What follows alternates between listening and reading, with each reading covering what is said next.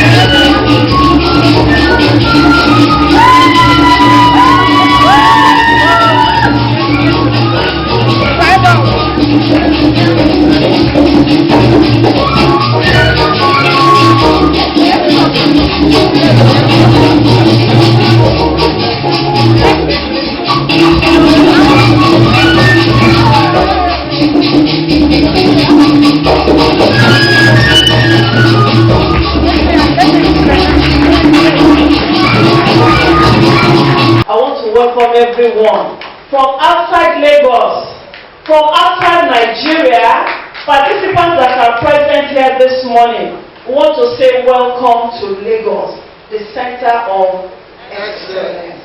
That's what we are. I want to thank God for this conference. I like this is the 3rd edition, but this is the very first one that I am involved in. And one thing I love about this conference is the fact that it's bringing together all the health workers.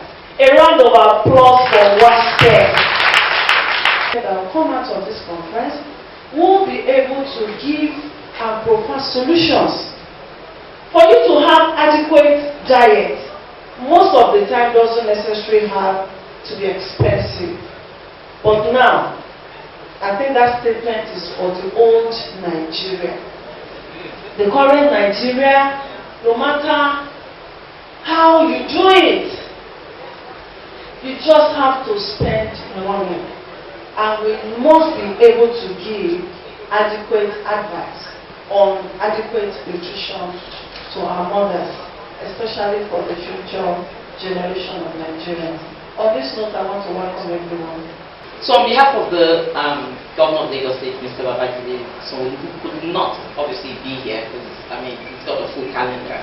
And I was told that I'll be representing him, so his words are also will be mine. But we really send kind regards and congratulations to you, and also to tell you welcome to Lagos, the Center of Excellence, where when we sneeze, everybody else in the country catches a cold. So, welcome to Lagos. I think today is really a day that confirms what I'm doing for my country. So what is so special about today for me? What is special is something that means so much to me, which is nutrition support, not only for the patients or in the hospital, but in the community. I'm able to bring the key disciplines together to address this. That is major for me. We have the representative of the NMA president. That means the physicians have bought into this. We have the nurses that champion this conference here in LUTH with all the disciplines, pharmacy leadership, dietitians, the leadership of LUTH. I don't think you cannot deny what today is all about. Today is special. We are collectively addressing this important topic. Patient-centered care as it pertains to nutrition support using the multidisciplinary team approach. So please give yourself a round of applause because you all have done it. I think you all know yourself. You all know my heart.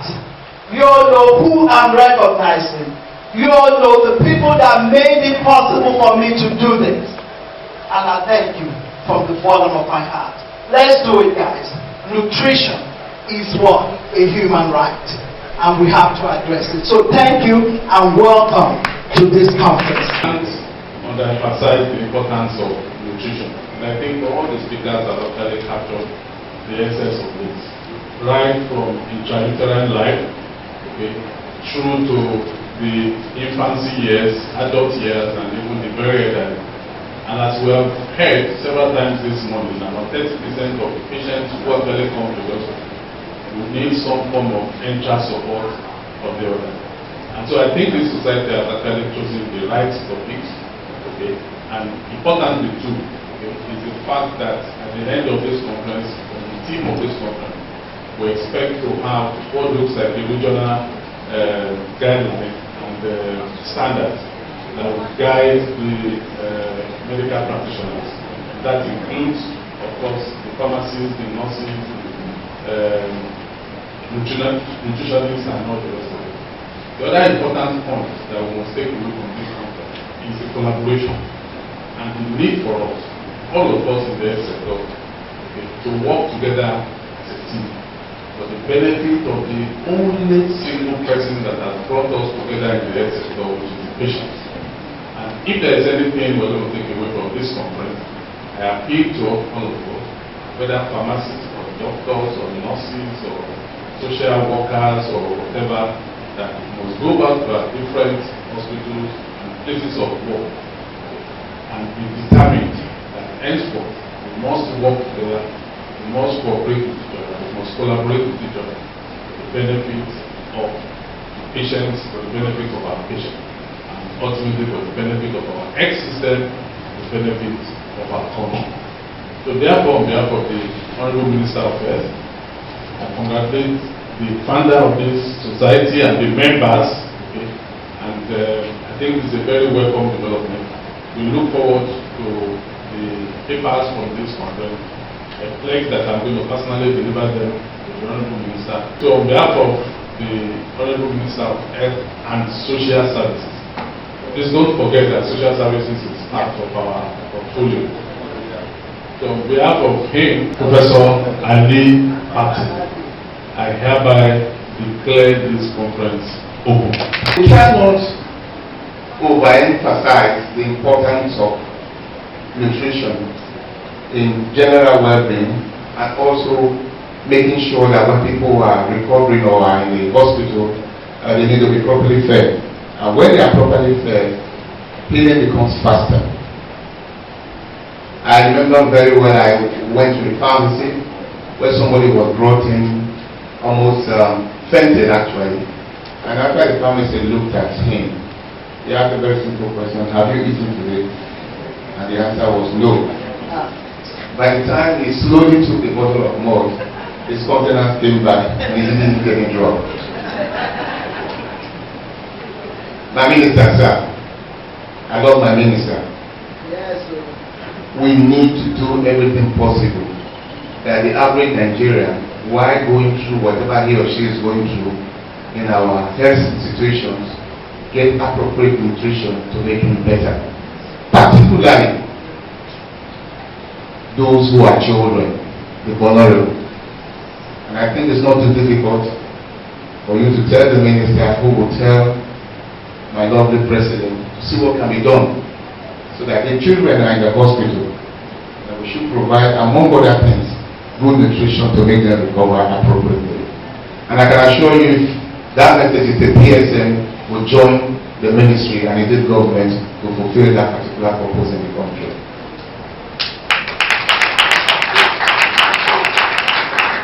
Finally, I want to thank Dr. Teresa Pounds again for this initiative. She's showing back what the country has given her. I recall with nostalgia when we visited in Atlanta, we visited the intensive care unit. Myself and Professor Nato, you were also there. And one of the things the physician told us is to help us thank the pharmacists. And I said, why? He said to make sure that we don't write wrong prescription, we don't write overdose. We work together as a team. And that is the bane of the prescription policies that the Minister of State of Health, Dr. Alausa, spoke about yesterday. And I just want to say that with the way things are going in this country, we will be able to come up with something that will benefit the average Nigerian, so that health will surely be to the reach of the average Nigerian. Dr. Teresa Pounds, we want you not to be discouraged. We want you to continue your efforts. ESM will partner with you and will do everything possible to make sure that your state and your provision in terms of not just knowledge, because she's an adjunct professor to my University of Benin for several years, and I know the contributions she has made enormous there. I can see my team there, Professor Farah. Yeah. I'm loyal. And so I would say enjoy the conference, network properly, ask questions, because when you do, I'm sure things will be better for us. Let me welcome everybody here on behalf of my principal, Chief Medical Director of Lagos University, Professor Wasila and Affairs, who would have loved to be here, but they have to travel to the country this morning. He is so pleased with this conference, to be part of it. DJSJ has been an advance that this must be a successful conference. It's a very important conference. Like I said by the other speakers, it can't take away the nutrition. We are what we are. And I think at our third international conference of LUTH last year, we were talking about nutrition and health. And I remember the candidates were telling us to eat garden egg and granules, if I remember. For those who were here. And I told them, at this my age, I'm not going to eat garden egg and granules again. I rather have amala and pounded yam. Something must kill the son of man. But you can't take away the importance of nutrition. So, everybody, it's a pleasure to be here on behalf of the CFD. I wish it was a wonderful conference, and I'm sure the most important thing is the collaboration I mentioned earlier by the university and the president of the PSN. Health system, everybody is important. And like the minister said, on behalf of the MD said about the minister, all of us are here in the healthcare system because of one person, and that's the patient. If we put the interest of the patient at heart, there should be no friction or problems in the health system, because the ultimate goal is the patient, and any of us standing or sitting there can be a patient one day. So thank you very much, and have a wonderful conference. It is my pleasure to be at this conference on regional guidelines and standards for parenteral and enteral nutrition, organized by the West African Society of Parenteral and Enteral Nutrition. Nutrition is globally prioritized as one of the development agenda that yields high socio-economic returns with appropriate investment. Nutrition well-being of any nation is a key indicator of progress. in human development, including reduction of suffering, disease burden, and death. Suffice to say that nutrition is linked directly and indirectly to the 17 Sustainable Development Goals, SDGs. The ongoing insurgency in Nigeria has contributed in no small measure to the poor nutrition indices. Malnutrition can either be deficiency or excess nutrients in the body, which can cause malfunctioning of the body organs. That is, deprivation of the body from vitamins, minerals, and other nutrients it needs to maintain healthy tissues, and functioning of organs will automatically lead to malnutrition. There are different types of malnutrition, namely muscle wasting, stunting, obesity, underweight, etc. Associated complications of malnutrition include baggy pants, infections, permanent brain damage, confusion, fragile bones, reduced mobility, systemic imbalances, and so on.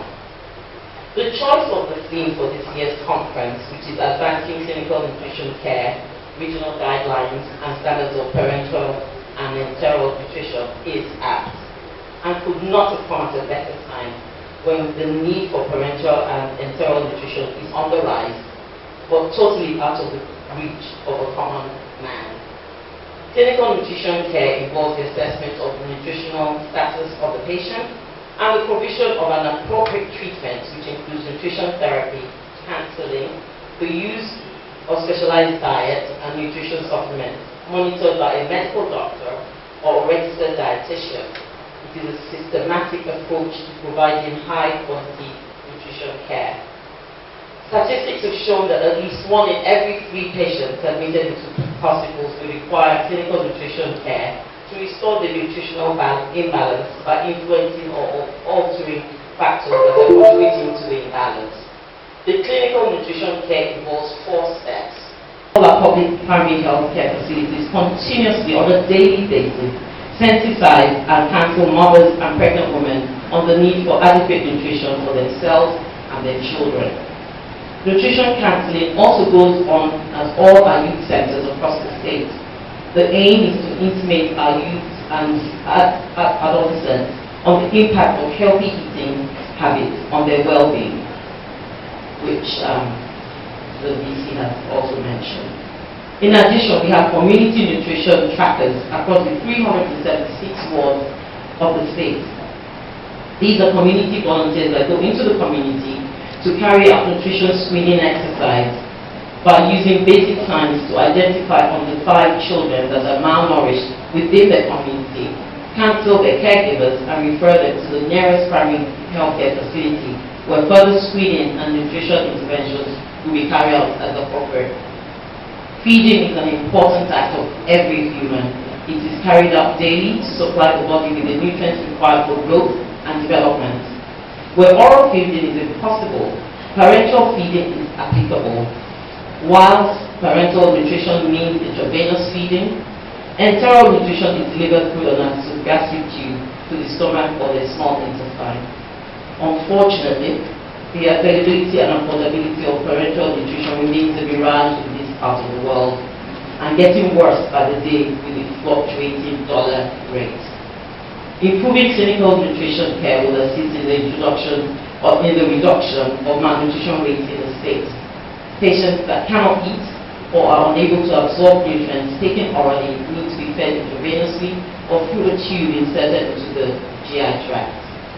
This procedure has indeed helped to reduce undernutrition and mortality rate for inpatients. I therefore encourage and welcome the partnership of the West African Society of Parenteral and Enteral Nutrition towards improving the nutritional status of our state citizens. It is opined that the outcome of this conference will produce resolutions that will be useful in enhancing the delivery of nutrition support for emergency cases and inpatients in our state hospitals. I want to start by leaving these vital messages for you. There should be continuous clinical education and research to improve clinical nutrition care across the state and the country as a whole. Secondly, the fight against malnutrition should start with adequate nutrition within the first 1,000 days of the human life cycle. At this point, I'd like to say thank you and I wish you a fruitful deliberation as I declare this. And I think that was in my speech, so I think you're the one that's supposed to be declaring it open.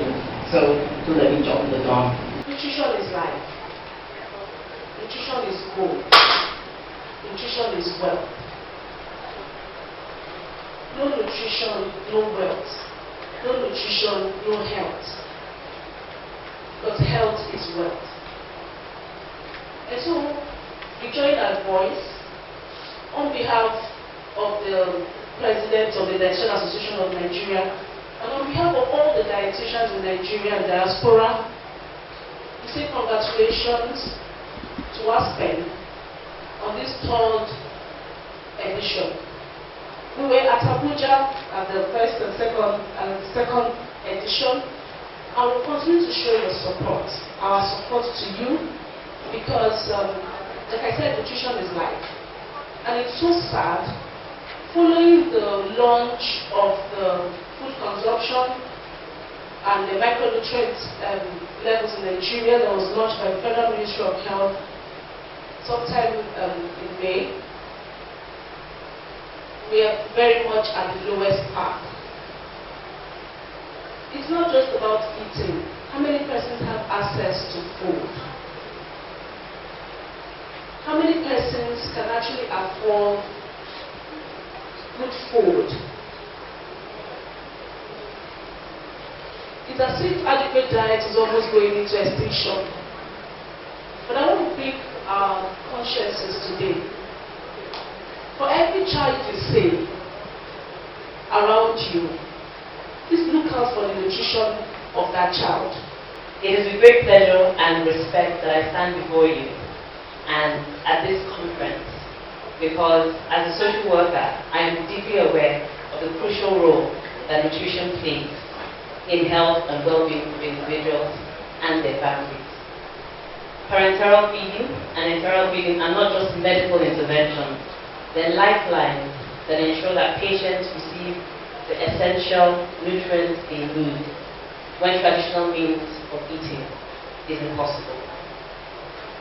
The LOC chair referred to the fact that the LOC committee was made up of a multidisciplinary team. And it's so important because as a multidisciplinary team, the work we do addresses not just the physical needs of the patient, but also their emotional, social well-being. Our collaboration is very essential. As a social worker, I understand that challenges that patients face include emotional stress, financial burden that we are all going through right now, the need for continuous support and education. And the essence of this conference is to ensure that we work hand in hand as partners, as professionals, provide this care for our patients. I bring greetings from the President of the NMA, Professor Balaudu, and we thank you for inviting us for this meeting. It's an honor to address you on the theme that resonates deeply with our collective mission to improve healthcare in Nigeria. NMA and WASPEN, a strategic alliance for enhancing clinical nutrition care. The importance of nutrition in healthcare is very, very important. Before I delve into the specific of our alliance, it is crucial to recognize nutrition's fundamental role in healthcare. Proper nutrition is the cornerstone of health and well-being, influencing patient outcomes across all age groups and medical conditions. Malnutrition, whether due to undernutrition or overnutrition, significantly impacts on mobility, mortality, and healthcare costs. In Nigeria, malnutrition remains a persistent challenge. According to UNICEF, Nigeria has one of the highest rates of child malnutrition in the world, with approximately 2 million children suffering from severe acute malnutrition, often overshadows by pediatric concerns. Also demands our attention, especially amongst hospitalized patients. Studies show that up to 40% of hospitalized patients are at risk of malnutrition, which may lead to longer stays in the hospital, higher complication rates, and increased mortality. The need for a strategic alliance. Addressing these challenges requires a coordinated effort, which is where our strategic alliance comes into play. the collaboration of NMA and WASPEN is not merely a partnership of convenience, but a necessity for transforming clinical nutrition care in Nigeria and West African region. I want to congratulate you, Dr. Pounds, for this conference that it is holding today and for birthing WASPEN in Africa. I know I don't have much time, but this nutrition is really, really widespread to everyone. It affects every human being, because God said, let your food be medicine. And if we do not look at it that way, we won't get it. So everybody is involved. Those in the healthcare profession, the parents, every human being is involved. Because God said, without food, there is really no life. Recently in the university, yes, we have a hall that is, sometimes the air conditioner is not powerful enough. Just a few weeks ago, very, very recently, and a student fainted during lectures. And when we investigated more, she wasn't eating well. And this is what we face now. Our youths are not eating well. When I go to the cafeteria, I mean, these are children of at least average and above. It's a private university. And when I see the quantity of food in their plate and the age brackets, you will agree with me, the quantity of food is just like what the older people should be eating. And when they go to the clinic, you have to spend your money sometimes to buy them food. I am here representing the MD of Fidson Healthcare Plc, Dr. Fidelis Ayebe. He would have been here today because he has been an avid supporter for WASPEN. WASPEN they've been wonderful in providing the nutritional, clinical nutritional guidelines in Nigeria, and also not in Nigeria but also in West Africa. So we are very appreciative of this kind of conference. Like our many earlier speakers have said, they said that nutritional gaps is a very major problem in Nigeria. We have a lot of nutritional gaps, and we really want to appreciate what WASPEN has been doing in ensuring that this gap is bridged all over Africa and also in Nigeria specifically. So it is a big honor that Fidson Healthcare Plc is an able partner in ensuring that we make sure that all the goals of WASPEN, all the goals of not just nutritionists in Nigeria, like she actually said, is a multidisciplinary approach that we should have. So we are able supporters, not just for the conference, but also in providing quality pharmaceutical products, quality pharmaceutical services, in ensuring that all nutritional gaps are met. I want to first of all quickly support the fact that interprofessional collaboration is key. Just yesterday, our students, spent the whole day talking about interprofessional collaboration, synergy. I was so amazed with the quality of the speakers and the resolutions that came out of that. Just to let us know that it is important that we collaborate. Now, on behalf of the President and Council of the West African Postgraduate College of Pharmacists, we want to sincerely appreciate our colleague, Dr. Teresa Pounds, for the fantastic organization of this conference. I want to congratulate Dr. Pounds for the success of this program. I want to appreciate my colleague, Deputy Director Mrs. Oje, for his efforts. And like my sister just said, we are in collaborative efforts. Nurses, doctors, social workers, pharmacists, and every one of us. And like the Excellency said, she said, we are here because of a particular person, and that person is our patient. So for as long as we have that at the back of our minds, that when we are coming to our office, that particular patient that is central to all of us, and that is our patient. For as long as we have that at the back of our mind, we will be able to do the best for this patient. On behalf of the Chief Medical Director of the Lagos University Hospital, Professor Wasil Ayademo, FAS. This committee of eminent personalities is going to be operating this afternoon, and that means that going forward, there should be no case of malnutrition, malnourishment, poverty, again in LUTH, concerning nutrition by the special grace of God. So, by the powers of one of the Chief Medical Director, I hereby nominate this committee to the glory of God and humanity. Thank you very much. Go get the moolah. Wake up. Koniko kala.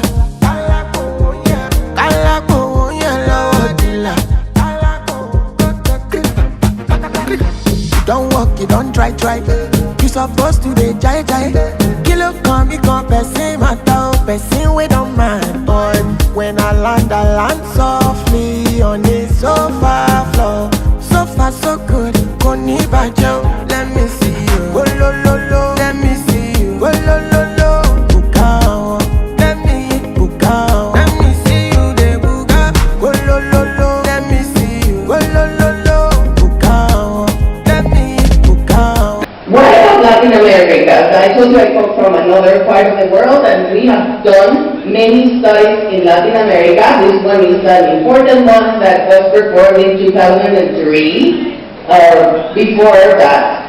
But what we found is we wanted to know the frequency of malnutrition in Latin America in hospitals. And as you can see here, and here's my country, Mexico, we found that 60% of these patients had moderate to severe malnutrition, and severe malnutrition is 13%. If we add these two together, we can see that more than 70% of our patients that are in hospitals have this condition.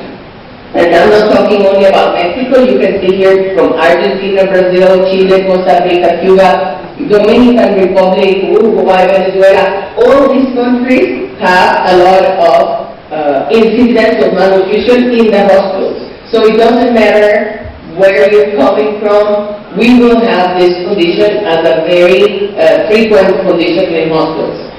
This is a recent study that I started with our friends in Latin America as well, from Cuba and Ecuador and many parts of Latin America, and we wanted to see the same, the incidence of malnutrition, but only in oncology patients.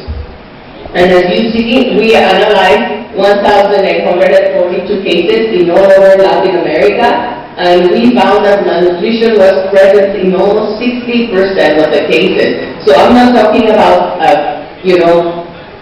we're talking about the very frequent diagnosis. So hospital malnutrition is, I can tell you, the most frequent diagnosis in hospitals, but the situation is that it's not very well known, and it's not diagnosed most of the time.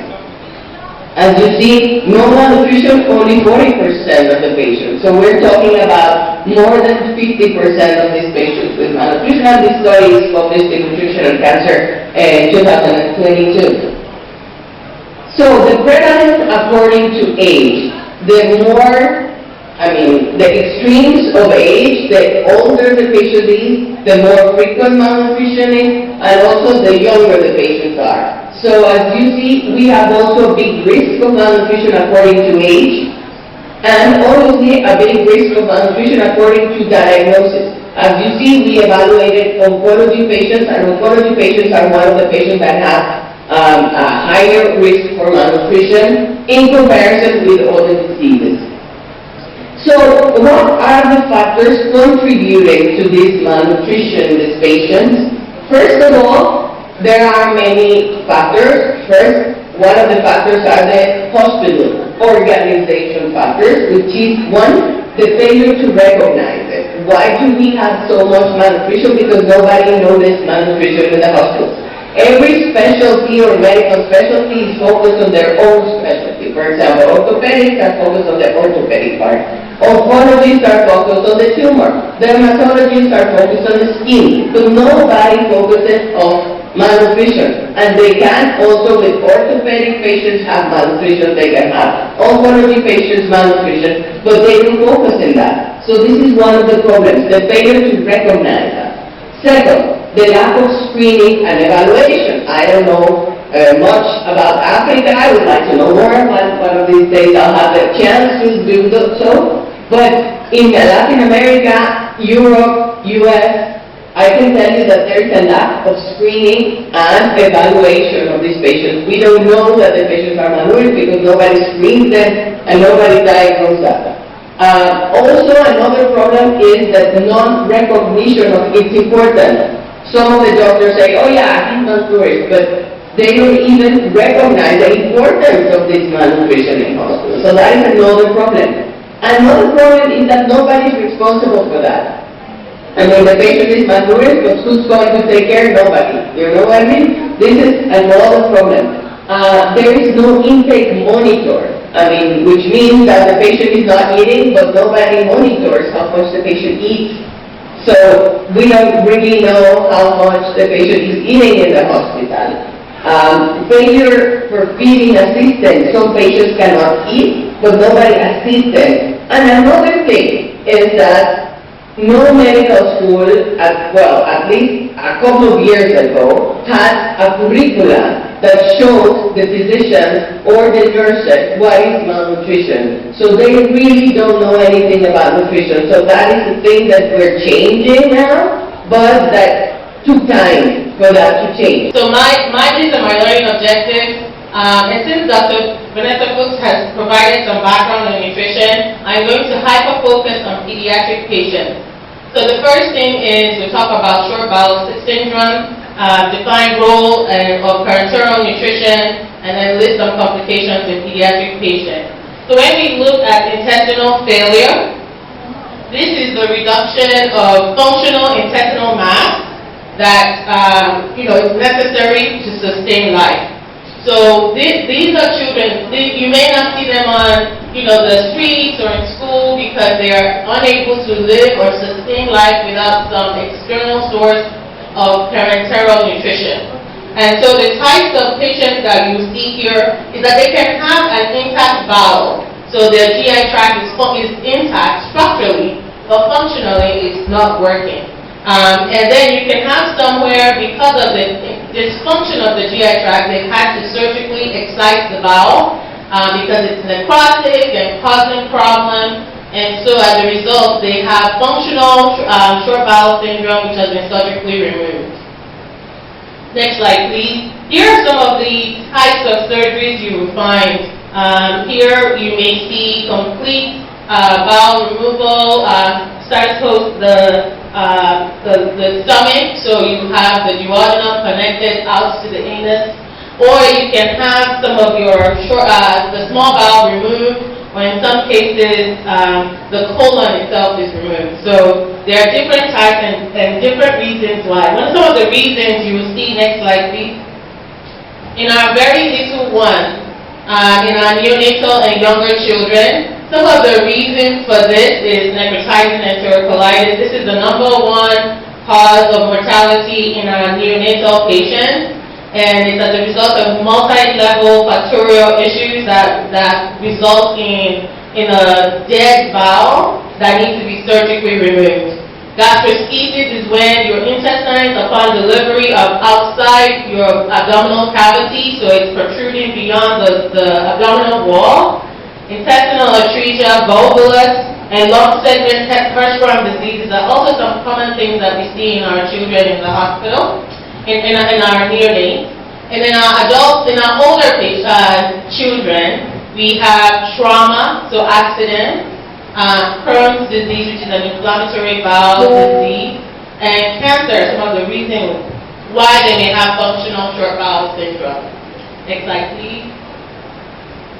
So let's look at some of our, so let's say, the surgery has happened, because I'm not involved in the surgery. I don't really like blood, but that's okay. So the surgery has happened, and the first phase for is at TPN.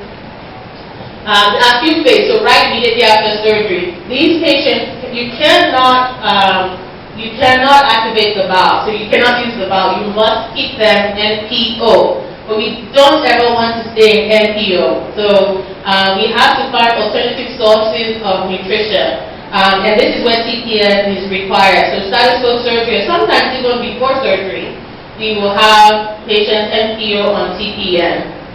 TPN is total parenteral nutrition, which is feeding by IV. So providing all the nutrients necessary for survival by IV. It is very crucial to understand that compared to what Dr. Vanessa said regarding malnutrition, in our pediatric patients, it is even more important that nutrition is prioritized because not only is it necessary to sustain life, it is crucial for growth. So for pediatric patients, so children have an additional requirement for nutrition, which is that they need to grow. If you are not growing, then you are a failure to thrive. And if you're a failure to thrive, you have a high mortality rate. For enteral nutrition, we have some steps to follow. First of all, you have to make a nutritional assessment of the patient. Then, if the patient has the right prescription, we can choose parenteral or enteral or both nutritions, let's say. And how much proteins, calories, fibers that patient needs. I'm breaking down the topics of the conference. How we do the further nutrition evaluation of that patient that already are in enteral nutrition, and future thoughts in enteral nutrition. Okay? So there is various kinds of way to assess your patient in the type of see if he has malnutrition or not. The most advanced one is doing criteria. It was introduced in 2018, and it's a criteria that takes a point about our population. You see here, you have a population of Asia, but further in the next slides, you're going to see that already has the data from population of Nigeria. So we can assessment your patient based on the population and also local criteria. That is fantastic to do. In Brazil, that's almost the same reality here in Africa. We have most of our patients that are hospitalized carry some type of malnutrition. So I think the same thing is going to happen here. And so it's a big issue that we have to be concerned and take care of. Because malnutrition has several and many applications on your treatment. Just to know, malnutrition can make more infection, of course. If I don't have substrate, how can I fight the infection? Because sometimes we just care about antibiotics, the last one, the best treatment, but we forget the basics. Food. And the food is the substrate to fight infection, do better healing. Even surgical status gets weaker with malnutrition patients. Of edema, hypoalbuminemia, and this also carries and matters about mortality and also morbidity. And this also has a big issue that's in healthcare systems, in public healthcare, because you make the patient spend more time in the hospital because you don't do the nutrition well. And that's perceived make a higher hospital cost. So nutrition is the key factor when you are treating a patient, and it could be like a turning point in the treatment of any patient. Food is good, but to do this type of food, this is Brazilian food, okay? This is shrimp, this is guava, okay? With dry meat, And this is Pejuada. It's beans. It's a beans, and proper beans. But we cannot do this food in a hospital. Even it was very nice, but we can do it. Because the patient cannot eat orally. So we have to do something. How we can do that?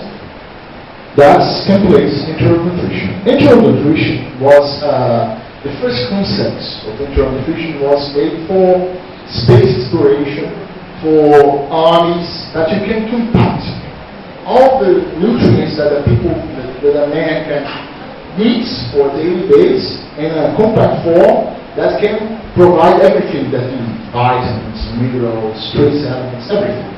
So here is Karen Nibor. She was one of a ISS astronaut, and she's with her enteral nutrition.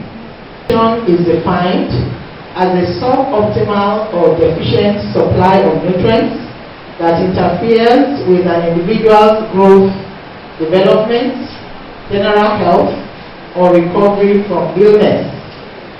Malnutrition is an independent risk factor that has a detrimental impact on patients' clinical outcome. For those of us that are working actively on the ward, you will agree with me that a lot has to do with the patient's recovery when the nutrition has been taken care of properly. So it is equally important to realize the following, that the consequences of malnutrition will also mean that the patients diagnosed with malnutrition stay in the hospital 3 times longer than other patients. Of course, sometimes we want our patient's bed to be free, but for the patient's bed to be empty for others to come in, we have to do all we need to do so that that person does not overstay. So we are concerned because if the nutrition is not well taken care of, that patient will be staying 3 times longer. Also for surgical patients with malnutrition, they are 4 times more likely to develop pressure ulcers. At times you do surgery and within 7 days, the patient is well and fine, the wound is well dilated, and the patient goes home. But you discover that the ones that are malnourished, you do not experience this. There is impaired wound healing, and this makes the patient to overstay. Sometimes the wound may even break down, as it were. Then there is reduced inability to fight infection if there is malnutrition.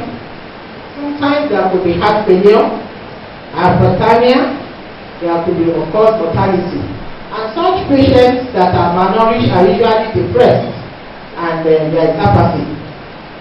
There is also reduced independence because they depend on you to do everything. So this will affect their quality of life, physical function, and their autonomy. So in other words, we are saying that early detection of patients at risk is crucial or critical to provide prompt and effective nutritional treatment. Now, talking about malnutrition in Nigeria, Nigeria is one of the top 10 countries with malnutrition in children aged under 5 years. It has the second highest burden of stunted children in the world, and a higher than the world average child wasting prevalence. Hence, early detection of patients at risk of malnutrition or who are malnourished is critical. Hospitalized patients are at significant risk of malnutrition and loss of lean body mass, particularly muscle. Research shows that 30 to 50% of patients admitted to hospital are undernourished, and up to 35% experience loss of lean body mass within a few days after admission. And that's one of the reasons why you want to weigh your patient, you want to know the condition of the patient on admission, and so you are able to monitor. So you have that little picture there to show us where we are here in Nigeria. Nutrition assessment is defined as a systematic process of collecting and interpreting information in order to make decisions about the nature and cause of nutrition-related health issues that affect an individual, a group, or population. Now, when you get the information, what do you do with it? It helps you take a decision. Now, the first speaker talked about the MUST tool. The MUST tool is actually the main screening tool for malnutrition. And so, when you identify the people at risk, it helps you take a decision. It helps you say, okay, this person is at risk. I need to ensure that the dietitian comes to see this person. So it makes you take a decision. What should this person have? What should this person not have? So it's not just collecting the data, but collecting the data and taking action with the data. So why do we need to assess nutritional status? We need to identify those at risk of malnutrition, like I said earlier. We need to identify those who need medical nutrition therapy. We need to measure growth, especially in children. And we need to identify impediments to nutrient digestion, absorption, and utilization. Because these are issues that affect nutritional status. So is the patient or client absorbing? If the person does not absorb, how will the person utilize? And then how will the person have optimal nutritional status? These are things we need to look at. Next slide, please. We also need to discover practices that can lead to malnutrition or increased infection, just like somebody had asked. What are those practices? Is it handling of food? Is it storage of food? These are things that we have identified over a period of time that are issues and that can lead to malnutrition. So, say for instance, you have a patient that is already wasted, and then maybe the meals were not properly stored, and then the patient begins to have diarrhea. So, of course, the patient is already wasted, the patient is already having diarrhea. So, these are factors that could actually lead to malnutrition or increase infection. Is it the route of feeding? What is going on in the sites infected and all of that? So these are factors we need to consider. And then we need to instruct for nutrition education and counseling. It's important to counsel the patient. This is what to expect. I bet we talk about nutrition therapies and it sounds so easy. But the truth and the reality is it might not be as easy as we think. So she also mentioned about therapeutic diet. Now imagine you have a hypertensive patient and the patient needs to eat food without salt. How interesting is that? Maybe the patient was newly diagnosed while on admission and the patient has been eating food with salt, and you suddenly come and there is a nurse and say, oh, Sama, your food is going to come without salt. Or if the patient is not aware and the patient tastes the food because the instruction has been sent to the dietitian to make a low sodium diet, and the patient just eats the food and there is no salt, it's not tasty as far as the patient is concerned, you probably would have some negative reaction from the patient. So that elicits for counseling and it elicits for education. So you need to educate the family members, the caregivers. Going forward, this is what you need to do, this is what you need to avoid. And then you counsel the patient one-on-one. This is the reason you have to be on this. This is why we are doing this. This is going to help us achieve this. Or you have edema, if we reduce the sodium, it will help the fluid, it will help the fluid retention and all of that. So it will elicit need for nutrition education and counseling. And most importantly, initiate a proper nutrition care plan or process for the patient. So you identify that the patient is at risk, a nutrition diagnosis has been made. What is the next thing? It's an intervention. Am I doing an enteral feed? Am I doing a parenteral feed? Are the enteral routes not accessible? Is the GI tract not functioning? What do I need to do? Do I need to do for parenteral routes and all of that? Or do I combine both parenteral and enteral? So that actually also initiates a proper nutrition care plan. So nutrition assessment is actually structured and standardized to follow the ABCDE format. I will not really go into the details of nutrition assessment for dietitians because they have a pattern. But the truth of it is that it is also a combination of all of this. So because we have a mixed multitude, I would follow this format so that we're all on the same page. So we have the A is anthropometry, talking about body composition and functional assessment. The B is about chemical, hematological tests. The C is clinical, physical, signs and symptoms, what you see. And then the D is the dietary assessment.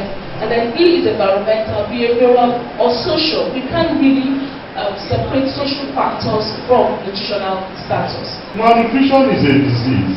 Malnutrition is also a risk factor for several other diseases. And the antidote for malnutrition is food. And this food can come in different ways. Now, many of us can support ourselves too. We eat food, we see the food when it's available, we take it. But for those who are sick, you might have malnutrition as a disease. You can also have another disease. So you are now having comorbidities. And the malnutrition is worsening the disease that you are talking about initially. So we want to give something to treat you. Now we are saying that we want to use food as a therapeutic agent. We want to use food as a drug now. What some people call therapeutic nutrition. Now if we are giving it by mouth, that is parenteral nutrition.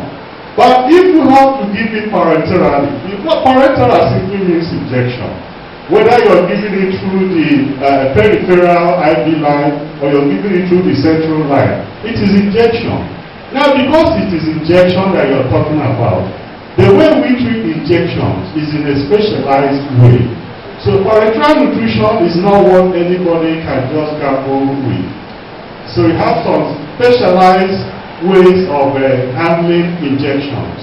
And that is why the pharmacist comes in. Comes in when you are talking about the compounding of these specialized nutrition support products. Now, the other thing we also need to know is that malnutrition affects the way the body makes use of the medications, the drugs that we use. Malnutrition affects the pharmacokinetics of drugs, the absorption, distribution, metabolism, and excretion. At all these stages, malnutrition affects what the drug does to the body. Malnutrition also affects the pharmacodynamics of the drug, what the drug does to the body and what the body does to the drug. That's in terms of what the drug does to the body, the pharmacodynamics, and what the body does to the drug, the pharmacokinetics of the drug.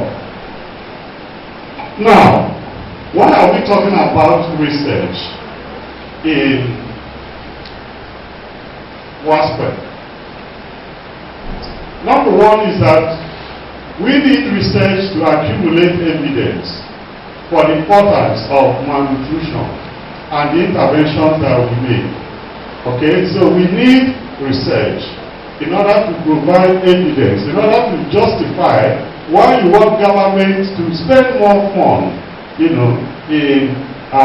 preventing malnutrition or in having specialized nutritional support as it were. Nutritional status unquestionably is a predictor of good social outcome. Why? But malnourished patients will unquestionably have longer stay in the hospital. They may require admission. Why would they require admission?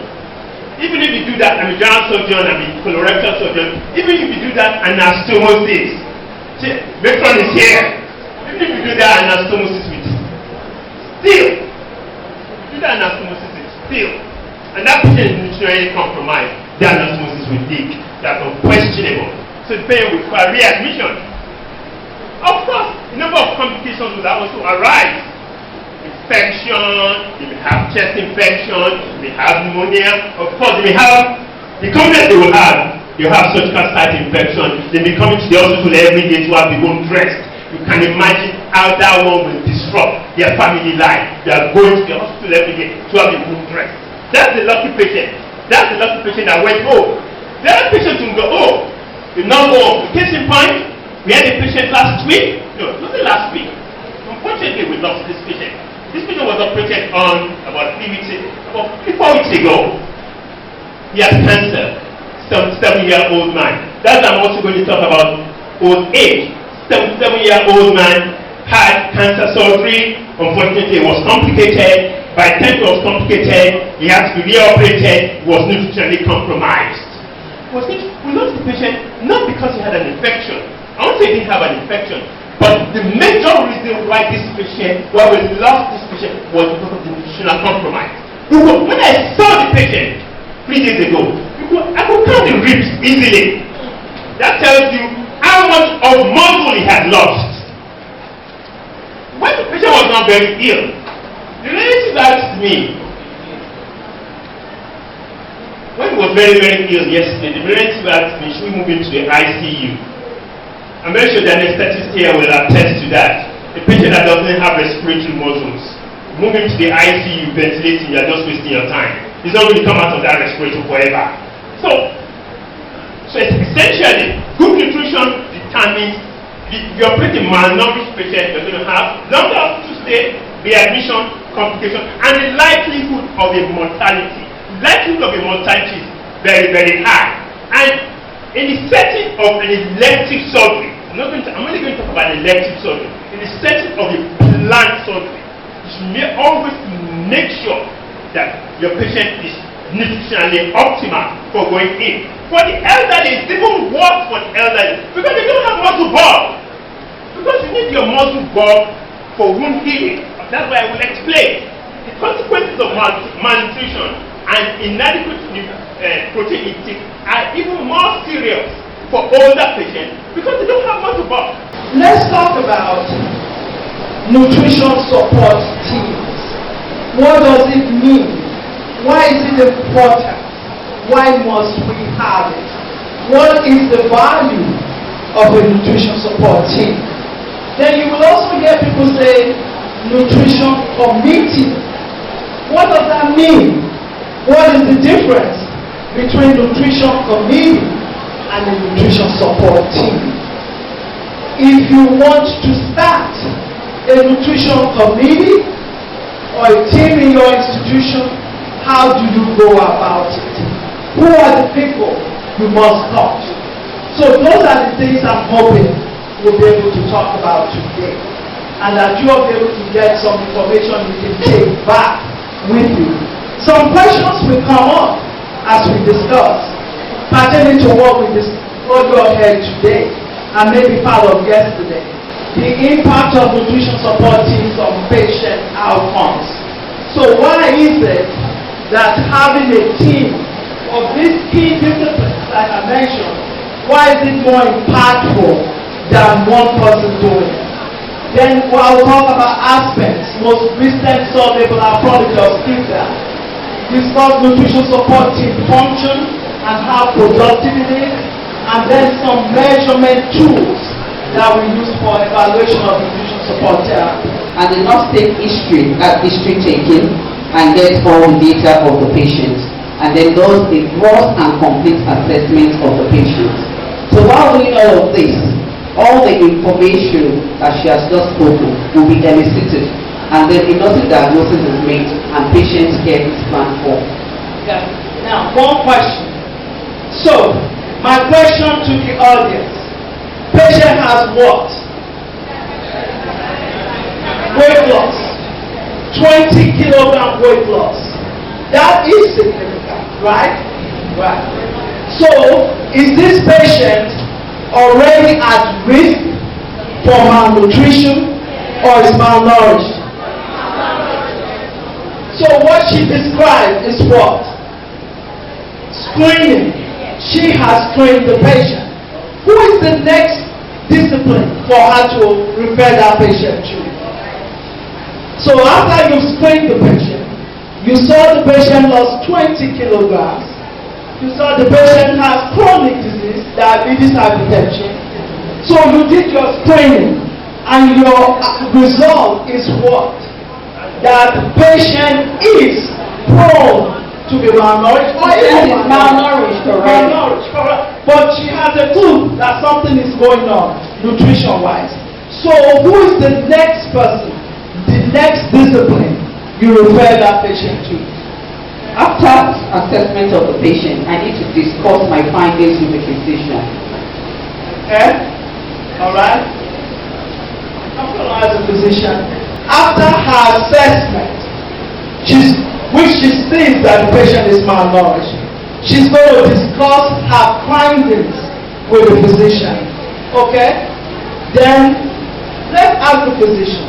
The patient that you described automatically has malnutrition.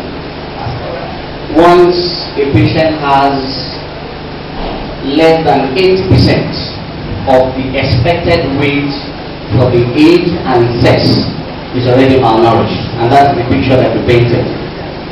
On top of that, in that patient, he also has an important comorbidity which will affect clinical outcomes and will also affect people response to rehabilitation or treatment for the nutrition. So those are two key things that I can identify in the patient that you described.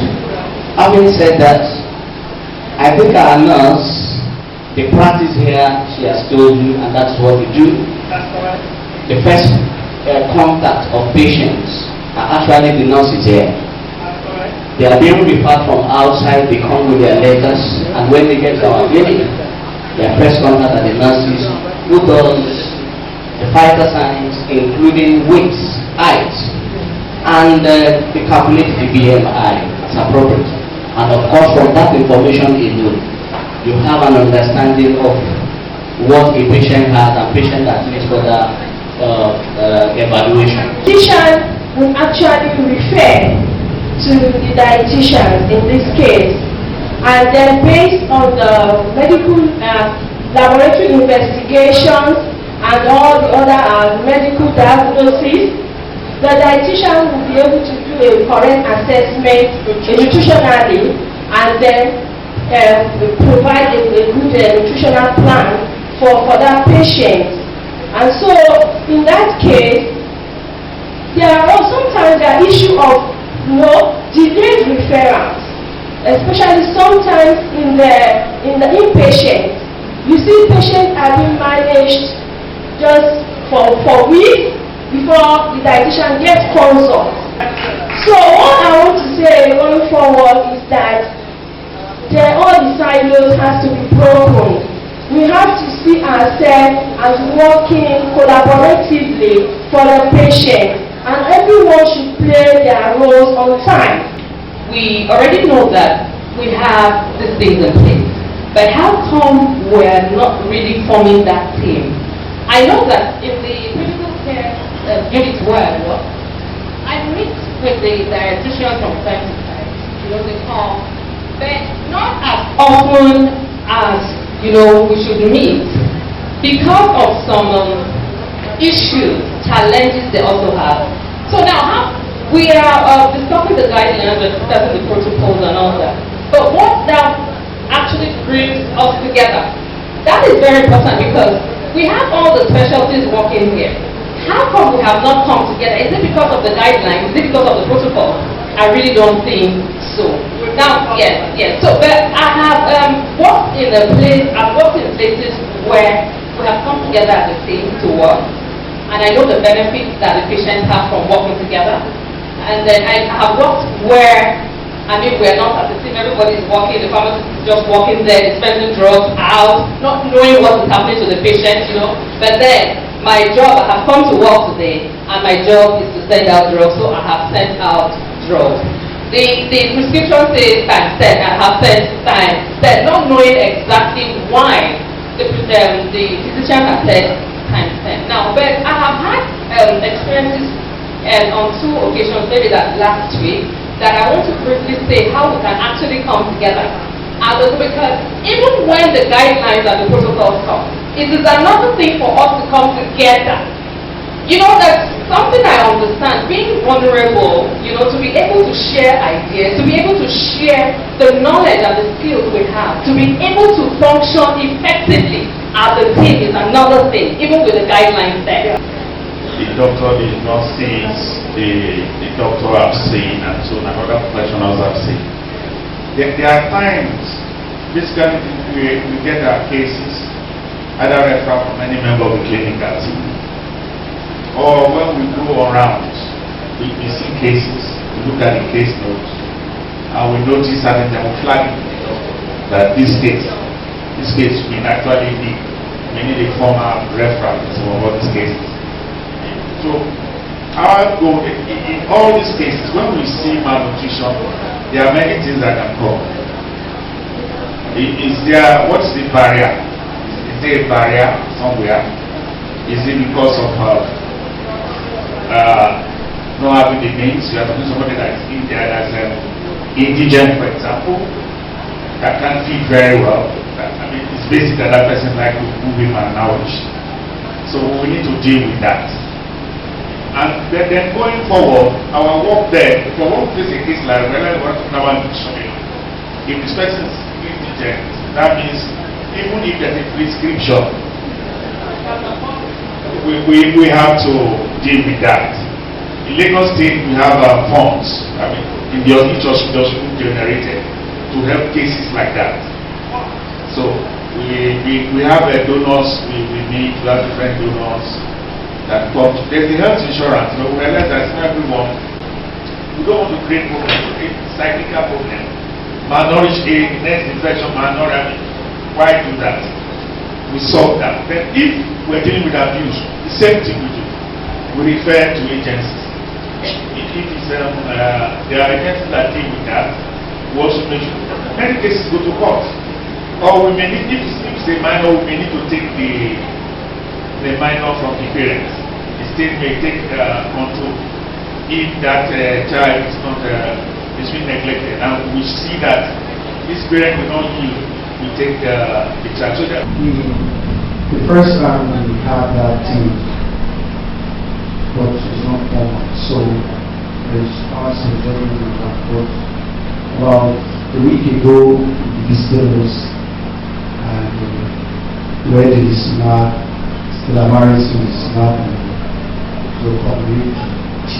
So our process, the formal process is going on. But before now, we are just doing the informal work. So when the physicians and the nurses identify such cases, then they give the prescription. There is Parenteral, the dietitian. About Sunday we had a dietitian again. So I was working with us, but after some time the dietitian traveled. So so that gives us constraint. We only have one dietitian. And so I think the work now fall back on us, not pharmacy. So we take, when the doctor does all that, then I think we take the prescriptions, try to make sure the patient gets all the specialized feeds he needs, it is enteral feeds he needs. We do that in cooperation with our physician. Then when the acute patients also we do as much as we can. Then the non-availability of products for the neonatal patients also hamper operation that light.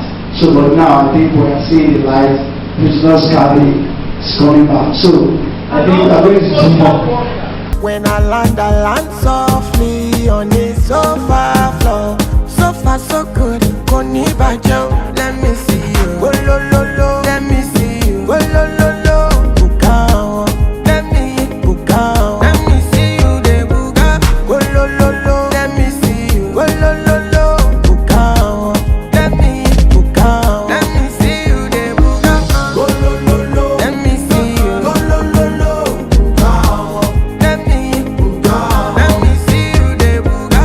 Oh lo lo lo, let me see you. Go lo lo lo, Bukao. Let me see you, de Buka. Wera, oh, get go get the dollar. Wake up. Okola, ala ko uye, okara ko uye la odila. For us, especially in Lagos, and I can only speak for Lagos, is that we have a lot to do. I can't say we're anywhere else, but we're not doing so badly that we have a crisis. But to avoid the crisis is why we have to do more and take it seriously. And I can tell you that Mr. Governor is extremely passionate about nutrition, not especially for children, because we have a high, for us, too high an incidence of stunted growth, which comes from malnutrition, brain damage, which comes from malnutrition, and so we need to get to those riverine areas, to the forest. So we're collaborating with private sector, NGOs, because government can't do it alone, absolutely not, where we are trying to ensure that right from where the patient is pregnant, the woman is pregnant, nutrition is promoted. Antenatal care, delivery, and whether it's normal or cesarean section is free in Lagos. It was announced a few months ago. The essence of that is so that all pregnant women can come to the hospital and have good antenatal care, and while they're having that antenatal care is when we talk to them about nutrition, and we're also encouraging them to take the Ilera Eco, and this is the health insurance. We also have the one we call Ecosha. Ecosha is for those who can't even afford the Ilera Eco. It's basically free, so that when they do bring their children, we can actually weigh them and know when we have problems. It's not when they're now malnourished that we now start treating them. So there's so many interventions that we're doing because we know we're not there yet. And we have to continue doing this thing for our residents who are registered in Lagos, live in Lagos, and so all hands, I need to collaborate. You know, heard what they said. Nurses, pharmacists, doctors, we're all working together for that one person, and that's the patient. So problems. When you really get to the source of problems, solutions are easy. For now, the kind of malnourishment we're having now, which I've also observed, is stemming from poverty. There is poverty in the land. There is poverty in the land. I see people, I see security men, I see mothers, and I see anemia. I see white food. Many times tears come out of my eyes. I look at these people, some are earning 20,000, 25. I met a woman earning 8,000 a month. She has children. My heart bled. That's what she's being paid in a private school. So there's hunger, there's poverty, and government cannot turn away. That's why, for me, with respect to the minimum wage, let us reduce what is causing this hunger. And in recent times, what is causing this is this high gain. Well, petroleum, both fuel, diesel, name it. Because those are means of transportation, even transporting food, moving around, going to work, and all that. They should look into it again. For me, that's not personal analysis. We should be looking at what should bring down inflation rather than increasing the wage bill. So that's what the government should look at. If you bring down inflation and you say everybody go to the farm, you can go to the farm. Sometimes you need transport to go to the farm. Sometimes you need transport to bring out your goods outside. These are days that people need their goods to help them in the farm because transportation is poor. So I think, to me, they should look into that. Then, empowering farmers. I mean, they know about this, they travel out, they know the conduct and practice in developed countries. If you go to somewhere like America, there are times that they buy up food from the farmers and even destroy it so that the farmers can be paid.